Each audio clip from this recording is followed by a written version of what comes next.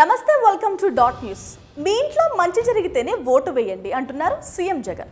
అసలు ఏ ధీమాతో జగన్ ఇలా ఓట్లు అడుగుతున్నారు అంటే ప్రత్యేకంగా చెప్పాల్సిన అవసరం లేదు.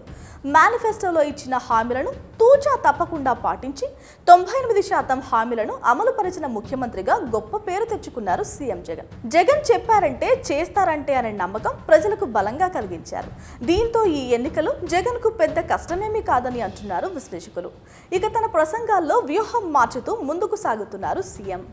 ఎన్నికలకు సమయం సమీపిస్తోంది. దీంతో అధికార ప్రతిపక్ష పార్టీల నేతలు ప్రచారాన్ని ఉధృతం చేశారు. ఈ నేపథ్యంలో ముఖ్యమంత్రి వైఎస్ జగన్మోహన్ రెడ్డి జోష్ పెంచారు. ఈ ఎన్నికల్లో కూటమిపై విజయం సాధించడానికి జగన్కు ఓ వజ్రాయుధం దొరికింది. అదే కూటమి 2014 ఎన్నికల మేనిఫెస్టో. జగన్ ప్రచారంలో ఈ మేనిఫెస్టో తప్పనిసరిగా ఉంటుంది. ప్రచారంలో భాగంగా చంద్రబాబు నేతృత్వంలోని కూటమి విశ్వసనీయత దెబ్బతీయడానికి 2014 మేనిఫెస్టో అద్భుతంగా ఉపయోగపడుతోంది. 2014లో చంద్రబాబు ఇచ్చిన ముఖ్యమైన హామీలను చదువుతూ ఇందులో ఏ ఒక్కటైనా అమలు చేశారా అంటూ వేలాదిగా తరలివచ్చిన ప్రజానీకం నుంచే సమాధానం రాబడుతున్నారు సీఎం జగన్. రైతు, డ్వాక్రా రుణమాఫీలు, అలాగే ఆడబిడ్డ జన్మిస్తే 25,000 ఇస్తామన్న హామీని చంద్రబాబు నెరవేర్చారా అంటూ ప్రశ్నిస్తుంటే లేదు అని జనం నుంచి రీసౌండ్ వస్తోంది. అలాగే ఆంధ్రాను సింగపూర్ చేస్తానన్నారని చేశారా అంటూ జగన్ నిలదీయడం ఆకట్టుకుంటోంది.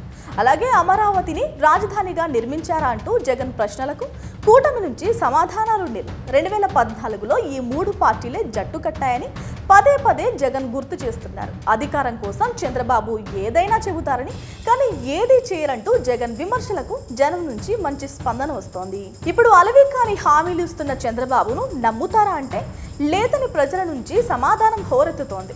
చంద్రబాబును ఆదరిస్తే సంక్షేమ పథకాలు ఆగిపోతాయని, తనను అక్కున చేర్చుకుంటే కొనసాగుతాయని జగన్ చెబుతుంటే ప్రజలు ఉత్సాహంగా అవును అంటున్నారు. చంద్రబాబు, పవన్ కళ్యాణ్ విశ్వసనీయత లేని నాయకులని, వారి హామీలేవి నమ్మొద్దని జగన్ ఆధారాలతో సహా చాకిరేవు పెడుతుంటే కూటమి నోరు మూసుకుంది. Please subscribe dot news.